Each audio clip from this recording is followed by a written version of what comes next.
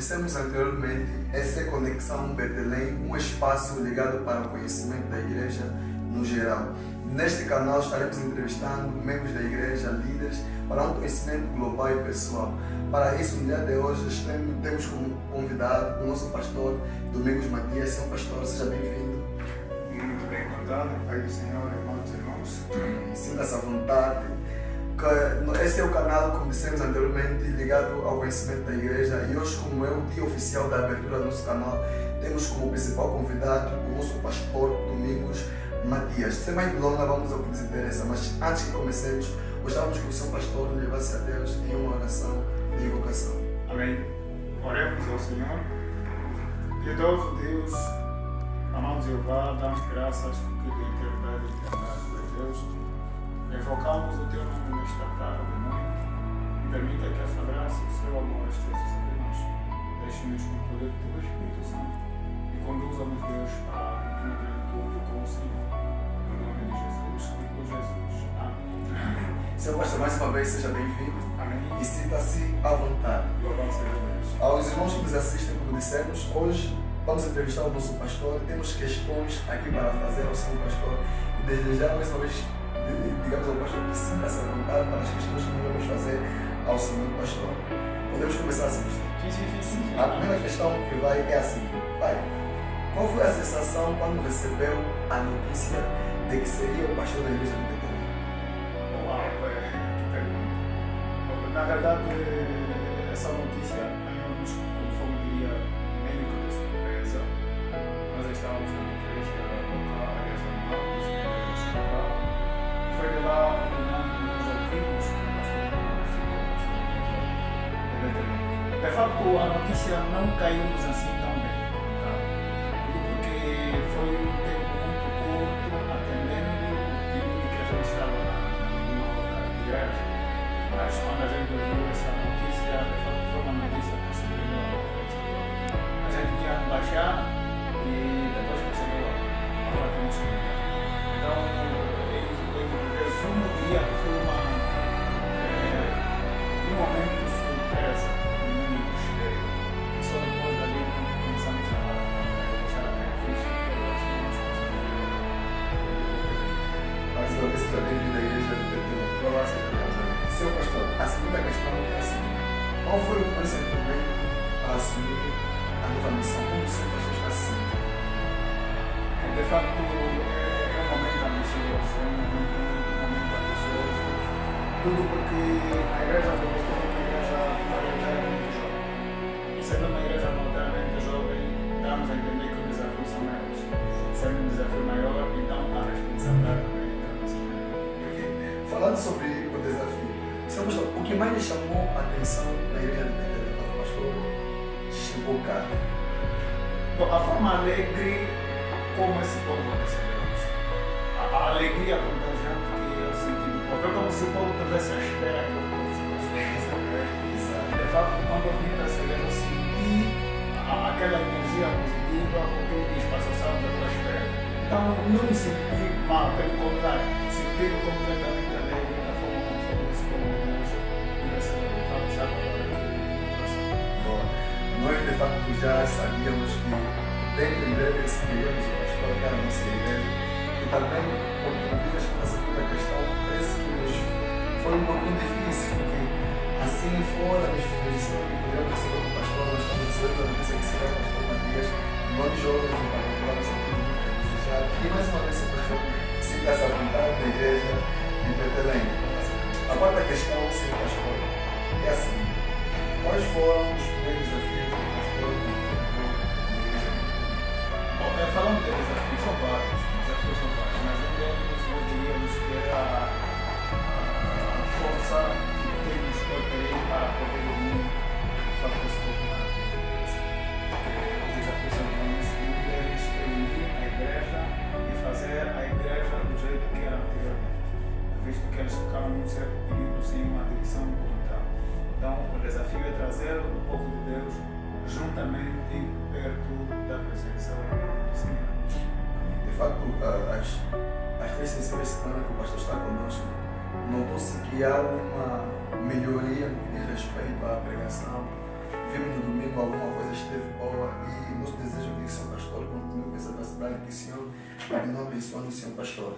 Amém. Ser um pastor. O segundo bloco tem a ver com o chamado ministerial. Ser um pastor está preparado para esse ponto? De facto, quando é a junta de Deus, nós temos que nos preparar, mas estamos dispostos e preparados para qualquer situação que seja concernente a isto. Bom, ser um pastor, aí vai. Quando e como sentiu o chamado de Deus para o serviço ministerial? Bom, de uma forma geral, diria que sempre que nós fomos chamados, quando eu senti o chamado de Deus, foi no momento em que menos esperava. Por quê? Porque anteriormente, eu, enquanto membro da Igreja Universal, eu de facto não tinha nem noção que possivelmente podia ser pastor. Mas aquilo nascia em mim porque eu juntava as crianças e eu falava de Deus de uma forma diferente. As pessoas olhavam para mim e diziam: esse tem vocação, esse tem chamado para ser pastor. Então eu senti que Deus me chamou enquanto trabalhava com as crianças. Falando sobre o chamado, seu pastor, nós ao olhar na Bíblia, nós notamos que quase todos os grandes homens de Deus tinham sempre um filho e se inspiravam ou tinham uma referência. Atualmente também no mundo atual passa por mesmo, tem sido assim. A nossa questão consiste no seguinte: dentro do ministério pastoral, qual foram as referências do pastor? Qual foram os homens de Deus que inspiraram o pastor a ser o homem que hoje o pastor está se tornando? Bom, que pergunta. Estaríamos a viajar um bocadinho no tempo. Bom, estaríamos a olhar aqui para grandes homens de Deus. A nível global, eu sempre fui um fã de um dos pastores brasileiros chamado Abílio Santana. Eu amava muito as pregações desse pastor e também bebia muito do Marcos Feliciano e do Silas Malafaia. São pastores que de facto foram impulsionando um bocadinho o meu ministério da forma conforme eles traziam a mensagem de Deus. E o outro não menos importante, olhando um pouquinho para aqui, para a África, para Angola, eu tenho uma referência enorme pelos pastores aqui. Eu falaria exatamente do pastor Isaac Bondo, um pastor que de facto muito inspirou-me. O pastor Chamandeu Pereira, porque também foi um dos pastores que eu encontrei no ministério na igreja. E estaríamos a falar nada mais nada menos que o reverendo Dudu. O reverendo Dudu também foi um grande impulsionador para que eu me tornasse esse pastor. Agora, tem uma coisa que eu gostaria de fazer menção. De lá para cá, Deus chamou um homem que colocou na minha vida. E esse homem é aquela pessoa que hoje eu tenho dito que está a ser como se tivesse me encontrado com um diamante bruto e essa pessoa está a lapidar. E essa pessoa nós diríamos que é o irmão André Cassandra. Eu encontro no André Cassandra uma fonte de inspiração. Porque ele trabalha comigo em todos os setores. Por isso eu tenho essas pessoas de várias, mas essas são aquelas que eu digo que essas ajudaram e impulsionaram. Aliás, sem esquecer o reverendo Luiz Damião. O reverendo Luiz Damião também foi uma pessoa, e o reverendo Almeida também, são pessoas que muito têm ajudado para o crescimento dessa pessoa que está aqui. Só pastor, saindo um pouquinho fora do nosso programa, eu gostava de saber, entre pregação que tem a ver com a santidade e revelações, qual o ponto mais difícil para o pastor pregar? Santidade e revelação? Bom, na verdade eu não encontro tanta, graças a Deus não encontro tanta dificuldade. Mas falando de revelações, eu não me sentiria que de fato fosse assim uma coisa tão difícil. É que quando a gente vai para uma igreja, a gente primeiro faz um domínio do que a igreja recebe. Então nós conseguimos perceber que na igreja metodista na qual nós nos encontramos, nós precisamos ainda fazer muitos de nós compreender o sentido da revelação. Então, hoje por hoje, não nos sentimos mais agraciados de pegar a santidade. Porque nós, quando a gente fala um bocadinho da santidade, damos a entender que estamos a englobar com a revelação. Isso eu me sinto melhor, uma das grandes praias para mim nessa fase, pegar sobre a santidade, que para mim a revelação seja uma questão praticamente que é difícil. Na verdade, nós temos um modelo de pai bem feito. A segunda questão é, sendo pastor novo na igreja de Betelém, e nós sabemos que o pai está na flor da pele, gostava de saber qual é a visão que o pastor traz para a igreja de Betelém. Bom, pergunta forte. Bom, visão. Olhando na questão da visão, eu tenho dito que para cada homem Deus traz em tempo certo e no momento certo. Aqui é fazer com que as pessoas de Deus se complementem com Deus, com a sua obra. Essa é a grande visão. É fazer com que as pessoas reconheçam que, independentemente daquilo que é o sentido pessoal, daquilo que é as suas coisas pessoais, eles têm que ter um Deus. E esse Deus só vai ser tido quando a gente ter um compromisso total com Deus. Então, logo, a visão que eu trago para a igreja de Betelém é fazer com que o povo de Deus se aproxime um pouco mais de Deus, no compromisso com o Senhor e com a sua obra. Isso sim. Muito obrigado, Sr. Pastor. Nós aprendemos que toda a instituição carece de normas e regras e as igrejas também não estão fora disso. Nós estamos a saber que princípios o Sr. Pastor considera essencial para que uma igreja se torne saudável do ponto de vista espiritual. Poderíamos trazer vários, mas um deles é a santidade. Se nós olharmos numa igreja espiritual, nós temos que ver uma igreja santificada, porque onde não há santificação não há presença de Deus, e onde nós não nos santificamos, então o Espírito Santo não trabalha. Por isso, resumo tudo na santidade, porque a Bíblia fala mesmo que vós sereis meus amigos se fizeres tudo o que eu vos mando. Mas também para o apóstolo Pedro, ele fala no sentido de sermos santos, porque o Senhor é santo, então ele pede que a igreja também, por sua vez, se santifica, porque aqueles que nos é santo. Logo, conseguimos compreender que para uma igreja estar perto de Cristo, então automaticamente devemos todos nos santificar a todo momento e a todo instante. Amém. Louvado seja Deus.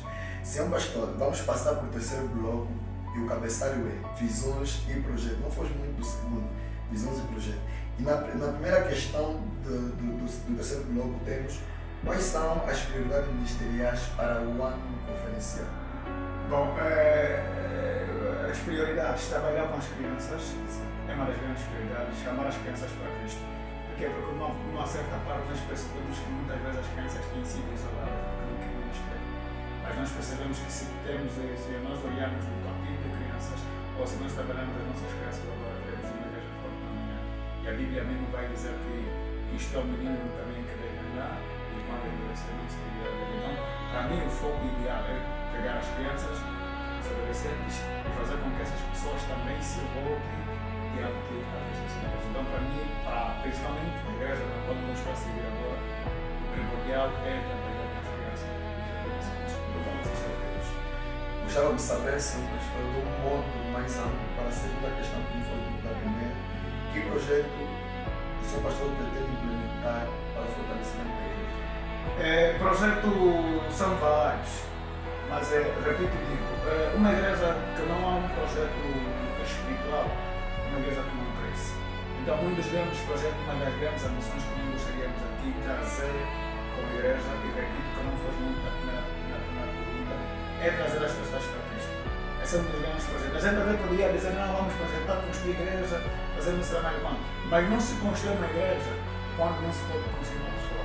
Logo, nós devemos construir as pessoas para Cristo, para que essas pessoas, depois de serem construídas para Cristo, possam construir para Sim, Sr. Pastor. Como vê o papel dos jovens e das mamães na igreja? Nessa semana que o pastor está recentemente na igreja. Uma observação ampla. A igreja de Betelém tem uma juventude muito alegre, uma juventude disposta a trabalhar. É como você tem dito, se você conseguir trabalhar um pouco com a juventude, você vai ter a juventude dentro de ti.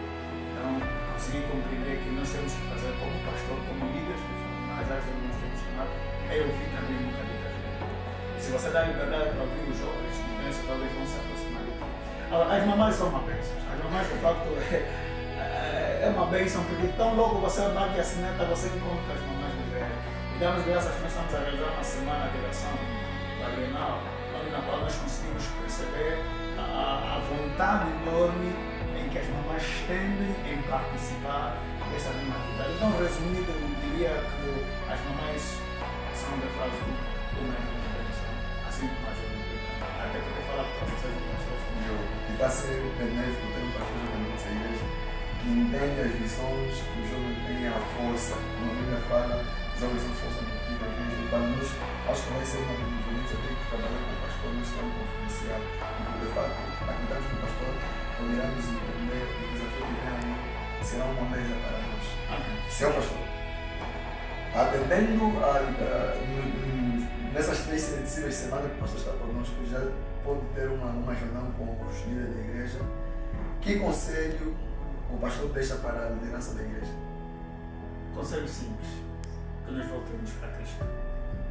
Que nós voltemos para Cristo e tiramos aquilo que é o nosso salto alto de nos exaltarmos.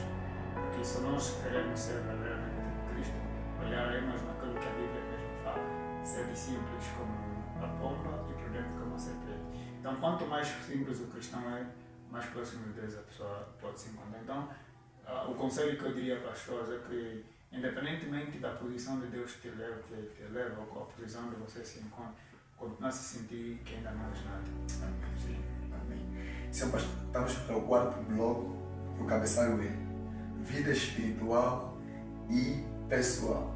Gostávamos muito que o pastor se concentrasse um pouquinho para as questões que aí vêm, porque, pronto, vamos ver no decorrer da conversa. A primeira questão que nos foi remetida é: como mantém a sua vida espiritual ativa no meio a tantas responsabilidades que o pastor acarrega? 2 coisas importantes. Está sempre perto de Deus.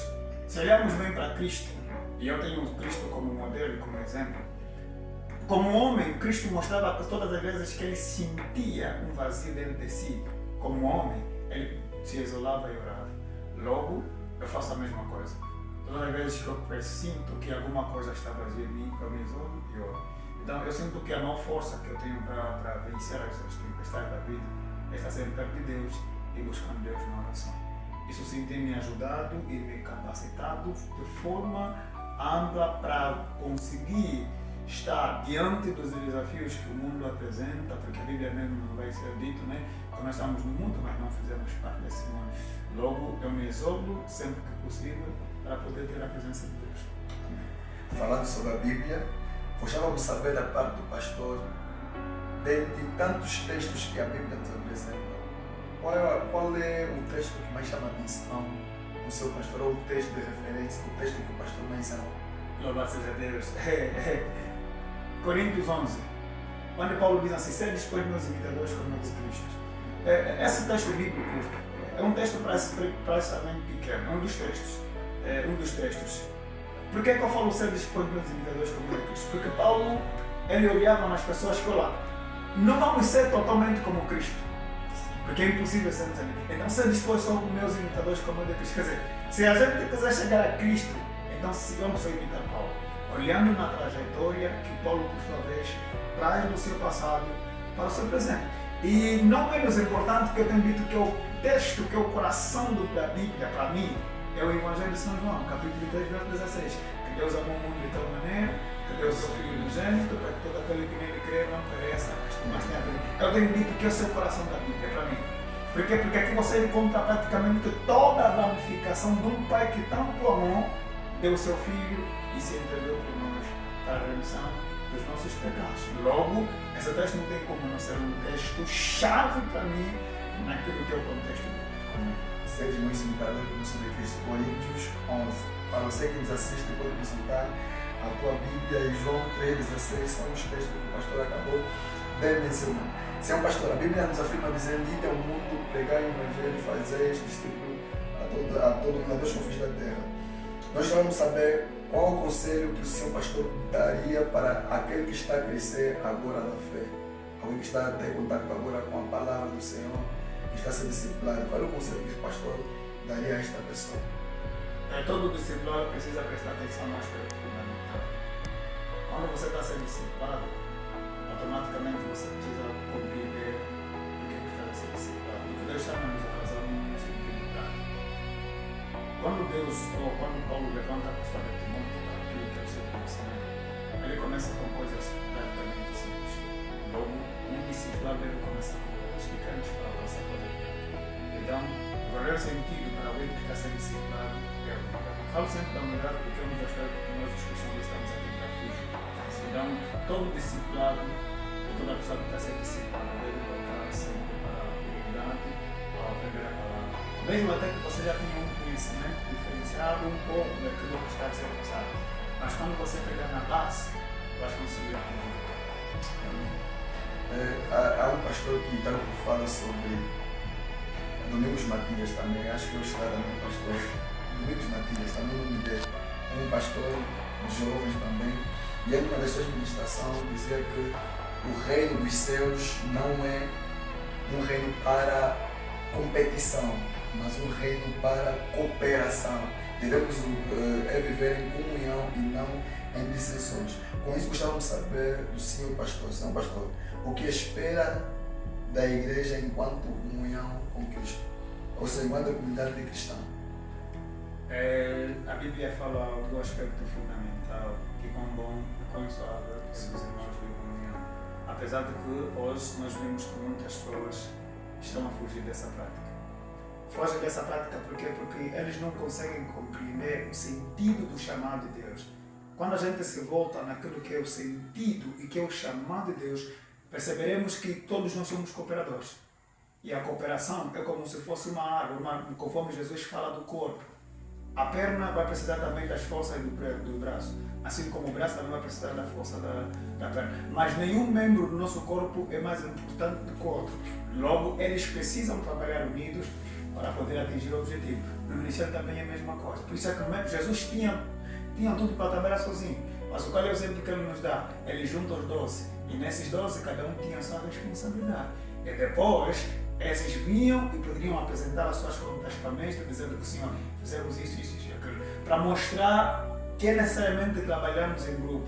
Porque já dizia um bispo que trabalhar juntos funciona. Então, quando a gente trabalha juntos e na mesma linhagem, teremos então uma igreja firme, forte e edificada. Amém. Falando sobre os discípulos, Sr. Pastor, nós nos remetemos a um texto bíblico que Jesus Cristo, enquanto estava angustiado, levou todos os seus discípulos para um monte a fim de orarem, mas isolou 3. Depois do Senhor Jesus Cristo orar, ele se voltou aos seus discípulos e perguntou: nem uma hora com vigiais?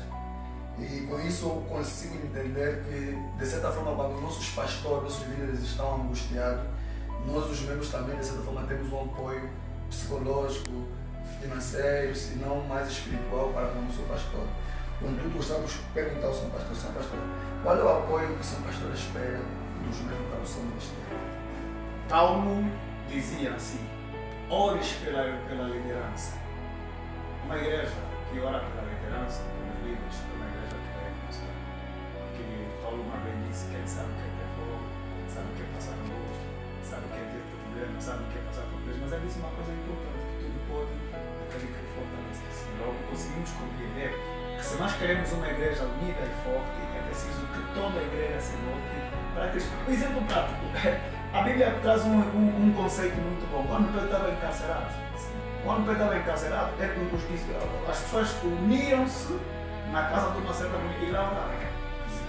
Por quê? Porque eles sabiam que a oração poderia fazer com que Deus respondesse alguma coisa. Tarda nada, a Bíblia vai mostrar que Pedro foi retirado da cadeia. E Pedro era líder. Logo, eles, ao verem que o seu líder estava encarcerado, automaticamente eles se voltaram a olhar para a igreja, porque compreenderam que esse líder que está preso também é humano. Logo, precisamos orar para os líderes, e a oração dos membros ajuda de que maneira o crescimento do verdadeiro. Precisamos orar. Quer dizer que, em poucas palavras, o pastor pede com que a igreja de Cristo se volte em oração para a liderança da igreja no que diz respeito ao Senhor Pastor. Bem, como nos informar que, além de o seu pastor, passa por mais do ser pastor, ele também foi um dia filho, foi uma criança, foi jovem, sonhador, com objetivos e finalidade enquanto a sua caminhada. De lá para cá, nós sabemos que o pastor talvez perdeu muita coisa, ganhou também muitas coisas. Para esta cena entraremos para perguntas pessoais no que diz respeito à vida do Senhor Pastor. Amém, Senhor Pastor? Amém. Está preparado, Pai? Sempre. Está bem. Senhor Pastor, como foi a sua infância? A infância que eu ia começar. É um dos aspectos que mais me chama a atenção, porque eu conheci meu pai muito tarde. Eu vivi, de certa altura, meio que de 3 grupos. período com a minha mamãe, um período com o meu tio, que eu estava um pouquinho mais falecido já, e ele muito ajudou no crescimento. E depois comecei a viver sozinho, para ter noção. Eu vivi sozinho quando eu tinha meus 15 anos, comecei a viver sozinho com meus 15 anos. Com os meus 15 anos já aluguei uma casa, já aluguei um quarto, já vivia sozinho. Então eu tive uma infância muito dura, diria que eu tive uma infância, pelo menos do princípio dos meus até os 10 anos, razoável. Dos 10 aos 15, mais ou menos. Mas dos 15 para cima foi muito difícil. Porque a partir daquele instante eu conforme se diz, eu já fazia as coisas por mim mesmo, ninguém fazia. E até as pessoas nem sequer sabiam onde eu estava. Mas eu estava lá firme, orava sempre, até porque, inclusive, ter noção que aos 15 anos, 30 anos, 16 anos, eu fui recebido por uma senhora e nós vivíamos num quarto.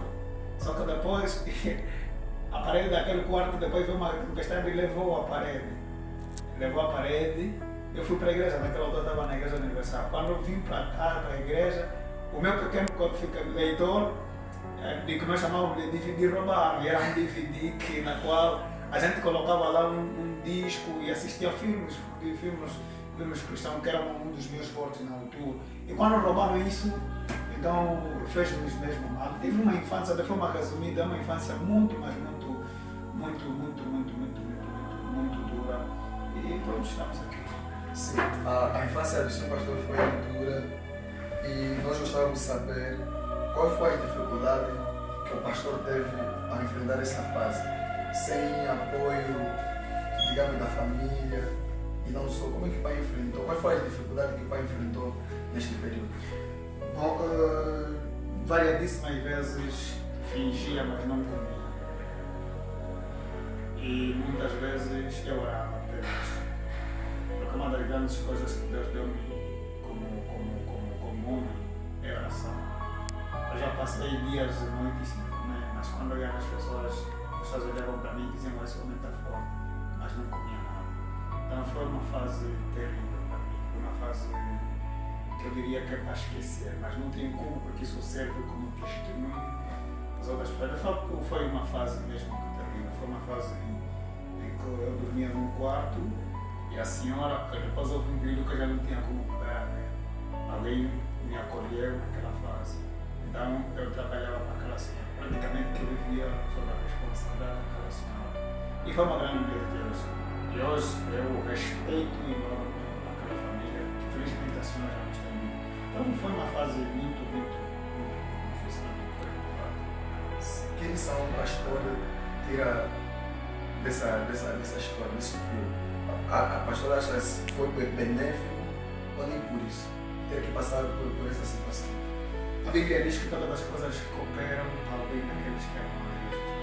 E eu sinto que quando eu conheci essa senhora, o nome dela Lucrêcia, a Lucrêcia, que eu diria uma senhora foi uma senhora de Deus, muito forte. E quando eu conheci essa senhora, ela estava numa outra igreja, eu também estava numa outra igreja. E o que eu digo que me ajudou-me tanto a crescer, é que eu percebi que não se conquista nada de forma fácil. E foi difícil, de fato, naquela fase. Para ter noção, você não imagina, aliás, o que é viver num quarto onde você só tem uma parede caída e cobres com lençol. Você passa um relento durante a noite toda. E quando fosse a fase de chuva, se a chuva tivesse a vir do outro lado onde tinha a cortina, a água toda entrava. Você tinha que se acolher num cantinho até a noite toda, de mesmo você limpar o quarto, ter que tirar a água e tudo quanto mais, e depois ter que ir à escola. Então, diria que foi um momento de aprendizado. E eu digo assim às pessoas, nada acontece sem que Deus permita.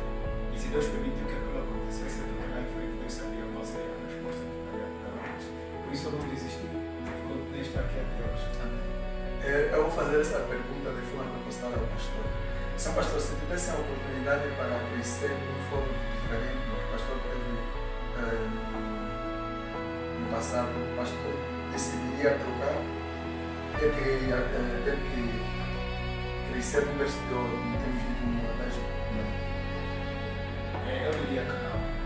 Diria que não, porque certo. Deus deu uma capacidade de olhar muitas coisas para esses seres simples. As pessoas olham para mim e dizem, por exemplo, para teres uma noção, uma ideia só, eu só vivo pelo ministério. Até porque apareceram muitas propostas para trabalhar no Ministério do Interior, para trabalhar com pessoas naquela altura. Mas eu percebia que Deus teve um chamado diferente. Logo, é porque esse ministério, independentemente de ser um ministério que para muitos é um ministério que a muitas pessoas são vistos como qualquer, mas eu sinto que é um dos maiores ministérios que existe, porque um pastor é médico, é professor, é polícia, é bombeiro, é tudo. Agora, olhando naquilo que é nascer no berço de ouro, o que é nascer no berço de ouro?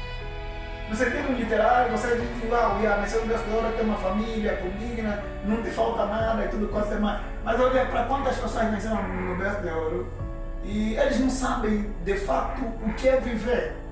Falo viver porque quando você detém a idade, vê os problemas, você consegue reservar de fato o que é teu. Ou seja, se eu te der uma nota de 1000 coisas, você não vai saber quando vai ser esse 1000. Você vai gastar como se fosse nada. Mas eu que tenho esse dinheiro e eu sei onde é que veio a fonte, então eu vou saber como colher esse dinheiro porque eu sei que não vou de forma fácil. Logo, o berço de ouro muitas vezes acomoda as pessoas. O berço de ouro muitas vezes faz as pessoas perceberem que o meu pai tem, e eu não nego, eu não digo que as pessoas que têm esse berço de ouro não foram igual, são abençoadas. Mas eu prefiro passar mesmo lá e você conseguir perceber que essa jinguba, esse feijão, esse milho veio mesmo do suor, assim como a Bíblia diz que do teu suor comerás o teu pão. Então, eu não trocaria a minha infância, porque se calhar, inclusive, se eu não tivesse a infância que eu tive no passado, não deveria chegar onde eu cheguei hoje. Então, a minha infância foi uma estrada para a construção do pastor que eu me tornei agora. Graças a Deus. Louvado seja Deus. Pai, desde a sua infância até o dia atual, qual foi a coisa que mais te deixou triste? Desde a minha infância até a data atual, qual foi a coisa que mais me deixou triste? Ver o sofrimento no rosto da minha mãe. Ver o sofrimento no rosto da minha mãe, eu diria que a minha mãe desde sempre foi uma mulher muito batalhadora. Se vocês terem uma noção, eu de facto gosto de falar isso, vocês conseguirão perceber que eu tenho um sinal do lado esquerdo. Esse sinal, a minha mãe teve muito cuidado. Porque ela dizia que eu já comecei a ser combatido a partir do ventre. E antes de eu nascer, já me perseguiam a partir de lá. E quando eu nasci, acho que com meus 6, 5 anos, eu cresci um tumor no lado esquerdo. E esse tumor praticamente que me tiraria a vida. Mas a minha mãe foi aquela pessoa que lutou bastante e ela diz assim, das poucas condições que nós tínhamos, eu vendi tudo. Para quê? Para que você veja melhor. Então, quando eu olho no rosto da minha mãe, eu digo assim, Senhor, me faça ter um pouco mais para dar o mínimo aquilo que minha mãe merece ter. E eu sinto que o que eu faço por ela é ínfimo daquilo que ela merece. Porque você vai perceber que, numa noção, quando a minha mãe deixa o meu pai não sabia que eu estava no ventre. Porque meu pai enxutou a minha mãe sai dali e vai viver para um outro lugar. E mais tarde meu pai se apercebe que eu estava na barriga. E quando eu nasci, meu pai ofertou para mim uma lata de chouriço que a minha mãe conta no ensinamento que a gente não. Depois dali já não deu absolutamente nada. Logo, a minha mãe virou, como se diz, sozinha, aliás.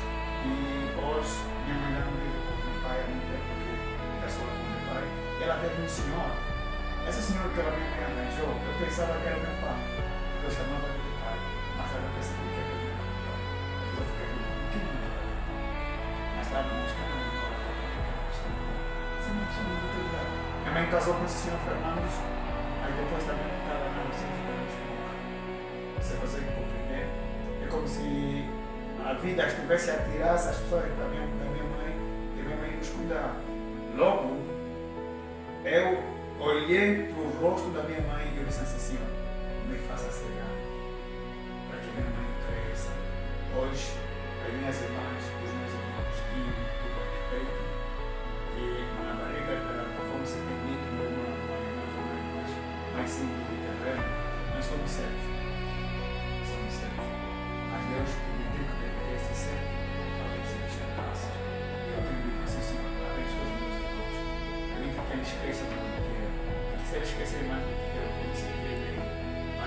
Deus sabe a cada momento, a cada instante. Todas as vezes que eu olho na minha mãe, eu digo assim, Deus me faça ela merece um pouquinho mais do que ela já recebe.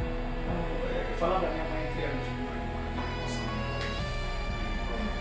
Dona Ana Matias, é o nome dela, eu a carrego no meu coração. Só para ter um pouco de noção, se a memória não foi muito, se você perceber, no meu telefone, aqui na base, desculpe, mas é importante que mostre isso. Na base do meu telefone, se eu apertar no ecrã, tem logo a cara da minha mãe. Quer dizer que eu a carrego no meu telefone, a carrego para mim, da vida. Então, essa é a face dela, esse é o rosto da minha mãe. Então, se eu quiser desfazer o telefone, a primeira imagem que eu vejo todos os dias que eu acordo é o rosto dela. Então, dá-nos a entender que eu digo assim, mãe, uau, te amo. Porque quando eu clico, vejo ela. Digo, Deus ainda vai te abençoar. De que maneira? Então, é alguém que eu guardo sempre e sempre na minha vida, no meu coração. Já dizia uma música que o Corão Manzano canta no final que a mãe é outro rosto de Deus, é outra face de Deus. Então, quando se trata de mãe, é meio que emocionante. Somos gratos a Deus pelo facto de nos dar a mãe que nós temos, independentemente do que elas são, de onde trabalham, de onde vêm. Mãe sempre será mãe. São pastor, se importa se falar um pouquinho da trajetória do pai do pastor? Meu pai, Sim. biológico? Sim. Bate no céu, até um pouco de ideia. Eu conheci pouco meu pai. Eu, quando conheci meu pai, eu acho que eu estava com 17 anos. Exato. E quando eu visitei o meu pai, ele matou-me uma galinha. Matou-me uma galinha na intenção de ofertar. Bom, meu pai foi da área do Angola Luís e ele desempenhou por muito tempo o papel de soba. Porque depois eu percebi que o teu pai soba e eu tinha muito preconceito dessas coisas também. Meu pai soba, então quer dizer que ele tipo tem alguma coisa. O pastor já era pastor? O pai já era pastor? Não era pastor. Não era pastor. O meu pai fez pouco por mim. Ah, ok. Eu diria que o meu tio, que é meu xará, de Matias, que foi minha lembra da igreja do Grande Alberto aqui na Nakazanga, eu tive ele como pai. O meu pai, eu tive ele como se fosse um inclino. Mas não se tem uma noção, eu não conheço muito o meu pai. Conheci mais o meu tio. Se me perguntarias do meu tio, eu teria respondido Quase tudo. quase tudo. Mas do meu pai, o que é que resta dele? Bom, meu pai não sei. Talvez, sinceramente, é uma pergunta que eu diria, uau, ninguém perguntou isso para mim antes. Eu diria, meu pai, eu só sei que ele é meu pai. Agostinho Samuel Manuel foi o nome dele.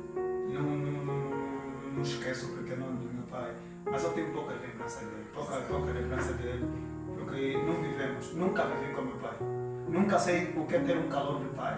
Assim mesmo, no sentido de que, esse é teu pai, senti o calor dele, não. E às vezes, quando eu ia lá, era de forma aleatória. Às vezes ia, mas depois também ficava melhor não ir. E até tarde de 2022, se a memória não me atrasou, quando Deus permitiu que ele morresse, né? Foi ali que se calhar eu conheci mais o meu pai. Por quê? Porque eu depois visitei. Fui eu que, enquanto meu pai esteve enterrado, Deus permitiu que eu lavasse. Deus permitiu que eu desse banho ao meu pai. Mas as pessoas acham que muito meu pai ajudou na altura. Então vocês fizeram. Eu dei meu banho ao pai e ver que no último dia, quando ele esteve já na morgue, eu ainda, antes disso, nós ainda o limpamos para colocar na morgue. Então, ali eu conheci sim o meu pai. Conheci porque enquanto ele estava mesmo já no último dia para sucumbir ou para ir, ele assim começou a reconhecer. E eu estive lá perto dele, até quando ele foi. Meu pai foi pai, mas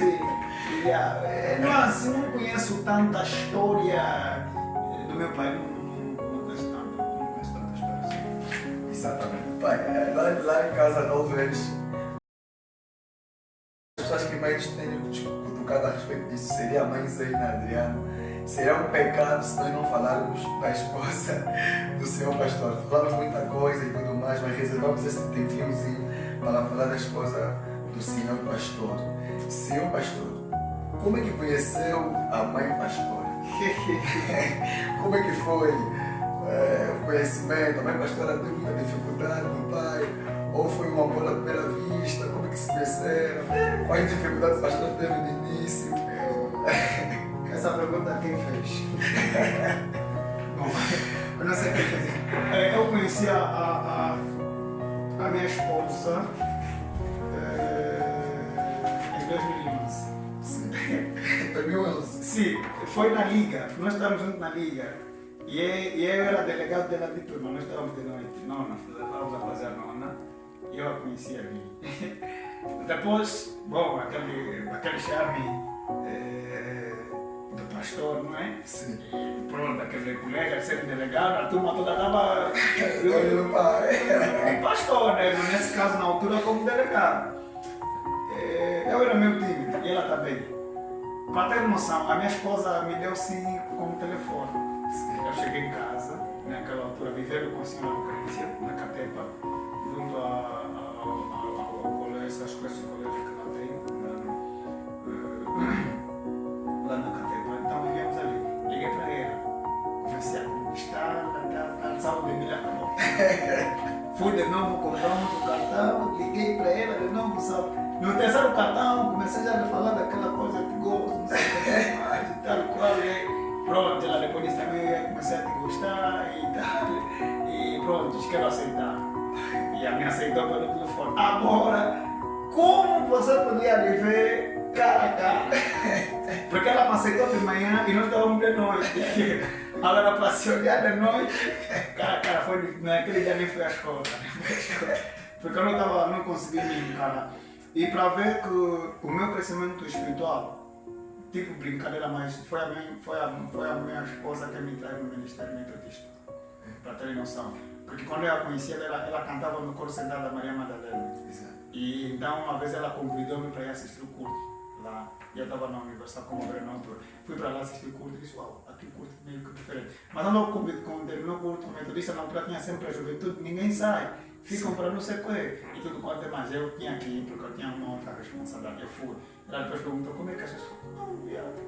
Mas calma, tudo quanto é mais. Ali ela me aceitou. De facto, desde 2011. Não é uma pessoa muito difícil. Sempre foi uma pessoa de fácil. E as pessoas denominam ela como mulher sorriso. Porque ela pode estar triste, mas está sempre a sorrir. Você lhe olha no rosto e ela está triste, mas tem sempre, ou está a sorrir ou está a cantar. Só tem dois aspectos fundamentais nela. Então é uma pessoa que de fato ajudou muito no meu ministério pastoral. E hoje vocês têm esse pastor na igreja metodista, muito porque Deus tocou naquela mulher. E eu segui, em vez de seguir inverso, ela seguiu onde eu estava. Naquela outra, mas foi o inverso. Eu saí de onde eu estava para seguir, resolvi também pastor na igreja. Mas de forma mais pessoal, assim fora do Ministério Pastoral, hoje a relação do pastor é o que é? Graças ao seu pastor ou graças à mãe dona? Bom, olha, para ser sincero, que uma das coisas muito fundamentais, não é fácil ser mulher de um pastor. Não é fácil. Eu acho que ela me suporta muito. Por um lado, suporta muito.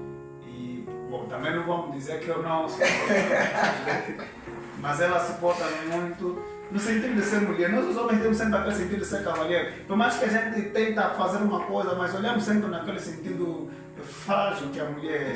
Então, nesse sentido, ser frágil, ela tem muito, porque ela sabe que eu tenho mais tempo de orar do que ter tempo para ela, sabe disso.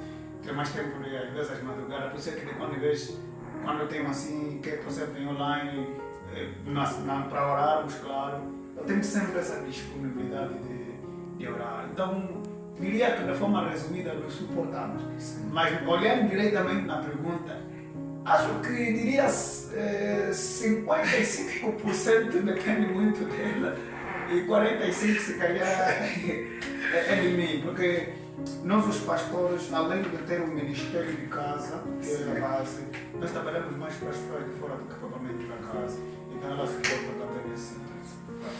Para terminar, senhor pastor, como é que o pai conciliaria o ministério pastoral e o ministério familiar? Tem sido difícil como pastor, o pai já se adaptou a essa realidade, ter que ser pastor de uma igreja e no mesmo tempo estar em casa. Tem vezes que os filhos cristãos estão a puxar aí, os filhos de casa também estão a puxar. Como é que vai conseguir essa relação? De facto, uma pergunta contextual, a refletir. Bom, não é fácil. Não é fácil ser pastor. Cuidar, porque fica como se nem o filho de Samuel. Se olharmos muito bem na história de Samuel, perceberás que Samuel olhava mais naquilo que é o ministério dos filhos, também estavam praticamente desgarrados. Que também nem os filhos de Eli, mesma coisa. Depois até esses filhos começaram a comer aquilo que era o sacrifício, igual ao rei e tudo mais. Então, eu diria que é uma responsabilidade enorme ter que conseguir. Não é fácil. Não é fácil porque, para ser sincero, nós os pastores trabalhamos mais pessoas do que provavelmente para nossas casas, porque nós estamos mais ligados para essas situações do que para casa. Por isso, se eu já me adaptei com esse contexto, primeiro, tem isso uma noção. Cada igreja é uma igreja, cada igreja traz uma responsabilidade diferente. Enquanto pastor de camisa, eu sentia que isso era uma coisa leve, normal. Quando eu fui para Josué, eu senti que as coisas começaram já a apertar um bocadinho. Na Daniel foi um desafio. Quando eu fui para Nova Jerusalém, aquele foi um desafio maior. Porque as igrejas grandes também obrigam muito do pastor. As igrejas pequenas obrigam, sim, é um desafio, mas não tanto quanto as igrejas grandes. E isso vai fazer com que você terá mais tempo de estar na igreja do que tempo de estar na igreja, em casa. Um dos maiores medos é ver os meus filhos, eu tendo passado tanto ensino para as outras pessoas, os meus filhos muitas vezes precisam de mim, não. Então o que é que eu faço muitas vezes? Quando eu vou para casa, pego sempre os meus filhos e muitas vezes quando não falo com eles de forma direta, porque às vezes eu já os encontro a dormir até, inclusive, então deixo uma tarefa para eles, e vocês vão ler a Bíblia.